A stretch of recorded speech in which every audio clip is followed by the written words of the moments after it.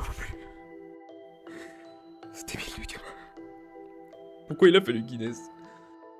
Depuis qu'il est là, y'a rien qui va. Comment j'ai pu faire un gamin si con? Papa. J'ai entendu.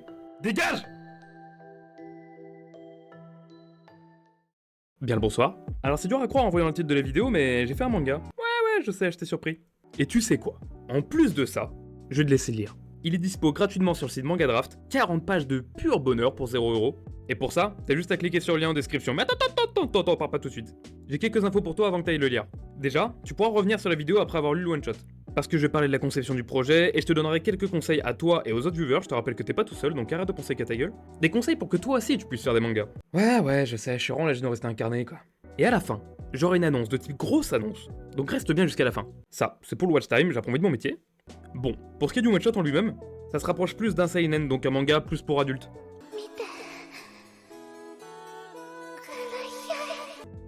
La blague était trop facile, hein. Ouais, je comprends. Donc je te conseille d'avoir au minimum 15 ans pour réellement pouvoir apprécier l'œuvre, mais si t'en as moins, je t'empêche évidemment pas de le lire. Sache juste que c'est assez sombre comme histoire, et tu l'as vu à l'intro. C'est une histoire qui parle de solitude, de différence et de handicap. Mais c'est avant tout une critique de la société, et ouais mon gars. On vit dans une saucisse. Et s'il te plaît, c'est pas parce que j'ai 20 ans, que je suis un auteur amateur et que c'est ma première histoire, qu'il y a peu de subtilité, et je t'en voudrais énormément de penser ça. Donc fais comme si c'était du Urasawa parce que je suis ce type de génie. Mais n'empêche, qu'à cause de mon manque d'expérience, j'ai quand même fait pas mal d'erreurs. J'ai pas réellement réussi à bien mettre en page les scènes humoristiques, il y a peut-être aussi des erreurs dans les dialogues, dans le scénario et flemme de faire tout le listing, mais j'apporte beaucoup d'importance au scénario, donc j'espère que l'histoire vous plaira, et j'ai caché énormément de détails qui vont dans le sens du propos du one-shot. Comme par exemple l'humour. Alors ouais, il y en a beaucoup, je suis d'accord, mais chaque blague a un sens et te permettra de mieux comprendre les persos. Et quand je dis chaque blague, c'est vraiment chaque blague. Et c'est pour ça aussi que je te conseille de faire plusieurs lectures. Il y a vraiment matière à faire une bonne analyse. Ouais, je t'assure. Bon, ça y est, je te retiens plus, tu peux aller lire le one-shot, parce que là j'ai spoilé comme un malpropre. Donc à tout bon bébou.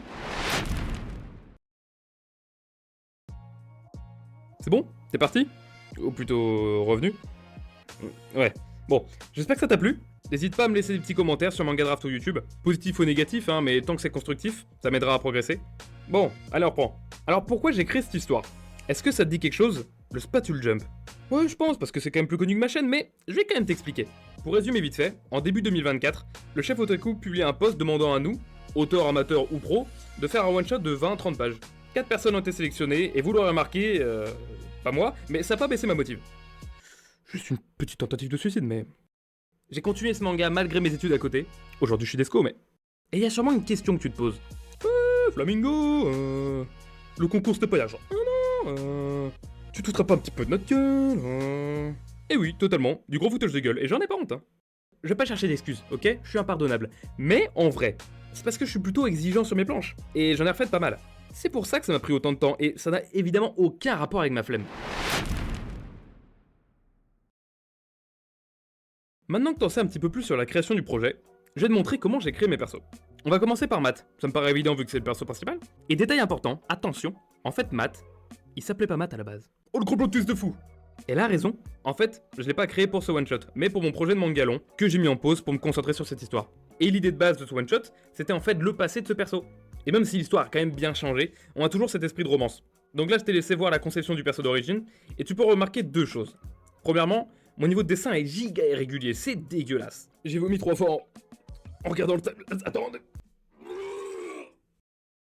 Rectification, 4 fois. Et il faut aussi l'avouer, le digital me carré clairement le cul. Mais deuxièmement, ce qu'on remarque, c'est que Matt a des marques sur les joues. C'est une particularité de mon manga long, ceux qui ont un pouvoir ont des marques sur le corps. D'où aussi les roses sur le premier chara-design. Pour ce perso, je voulais en faire un gros beauf, vicelard, et je trouve que le chara-design semi-définitif passait très bien en vrai. Mais quand je l'ai repris pour menteuse, j'ai voulu le débogossifier et le cradosser. Si, c'est des vrais mots, je te jure. Et pour ce faire, je lui ai racheté des poils bien dégueux, du genre aux bras, aux jambes, au torse, aux aisselles, et surtout ce bouc.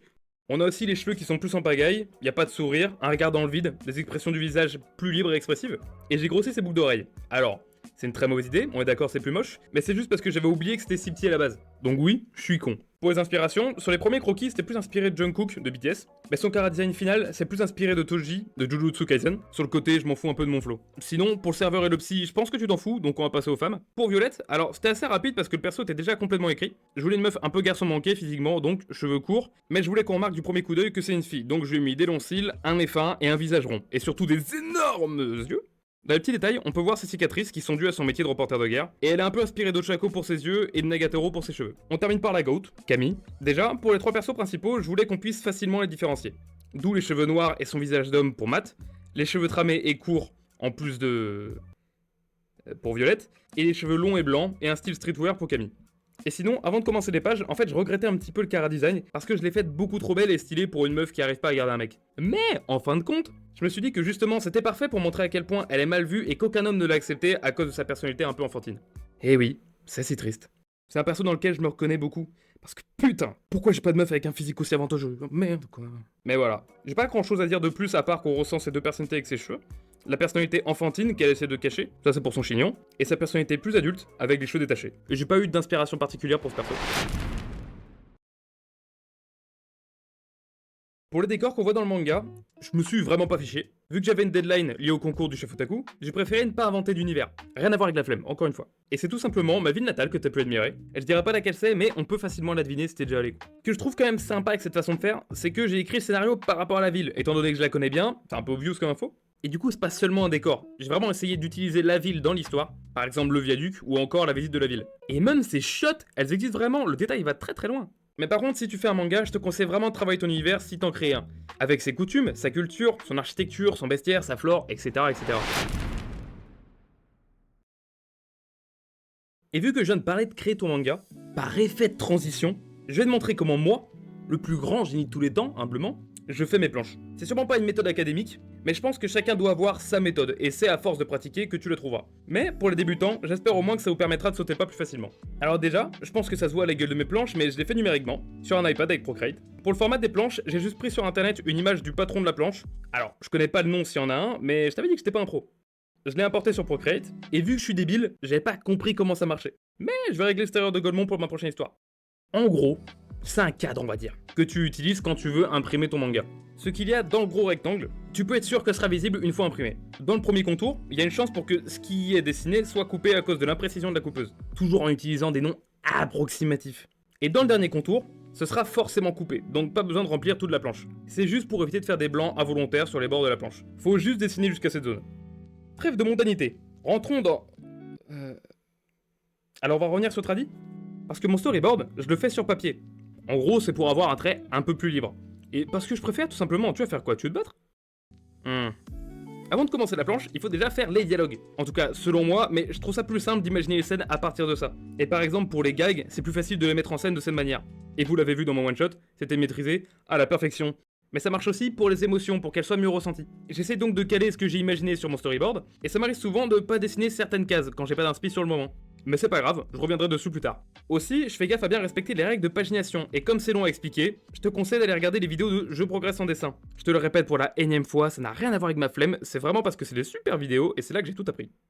Donc après avoir tout storyboardé, je me laisse quelques jours pour prendre du recul sur les planches. Et après, je tape le croquis plus propre sur Procreate. Et si la planche me plaît plus, je peux la modifier à cette étape. Mais surtout, prends bien ton temps sur la pagination, parce que c'est une espèce de seconde écriture, donc c'est vraiment très important. Après ça, je dessine les cases, je fais les textes, puis les bulles adaptées au texte. Faut vraiment faire dans cet ordre-là pour le coup. Je fais le line au propre, les aplats noirs, les trames et les hachures. En gros, c'est ça mes étapes pour faire une planche. Mais surtout, si vous devez retenir une seule chose de tout ça, c'est de vraiment s'attarder sur la pagination. Et surtout quand on débute, il faut bien apprendre toute la théorie et l'appliquer, tout en s'inspirant d'autres mangas, BD ou comics. La pagination, c'est vraiment le plus important pour bien se faire comprendre. Bon, nous voilà à la fin de la vidéo, et comme promis au début, j'ai une annonce, de type grosse annonce. En fait, cette histoire, menteuse, comme j'ai dit plus tôt, je l'ai créée pour Spatule Jump. Mais après mûre réflexion, et surtout après le refus, j'ai décidé d'abandonner l'idée de le faire éditer pour faire à la place d'autres histoires courtes et en faire un recueil. Une idée encore abandonnée parce que je suis pas capable de faire une histoire vraiment courte. Donc ce que je vais faire, c'est de proposer un mini manga. Alors, qu'est-ce que ça veut dire? Moi-même je sais pas. C'est pas un tome one shot, ce sera juste 3 chapitres de 30 pages. Si t'es bon en maths, ça fait 90 pages. Ce sera peut-être édité ou auto-édité. J'ai plusieurs idées de comment faire ça, mais c'est assez inédit, un manga à la fois aussi court et long. Je ferai pas de blague sur le zizi. Donc pour l'instant, je sais pas comment ça va paraître, mais en tout cas, ça aura lieu. Et tu pourras suivre l'avancée du projet parce que je fais fréquemment des lives sur YouTube, des lives où je fais des illustrations de cette nouvelle histoire, et aussi je pourrai réaliser des planches en live pour que vous puissiez voir tout le processus de réalisation en direct. Et j'aurai entre 10 et 15 pages, je pense, que je peux montrer sans spoiler. Donc je t'invite à venir voir ça en live, et une fois ça fini, je pourrai enfin commencer mon mangalon dont je t'ai parlé en début de vidéo. Sur ce, on va se laisser. Si vous avez kiffé, vous pouvez liker, partager, commenter et vous abonner, ça me ferait giga plaisir. Allez, la bise bébou!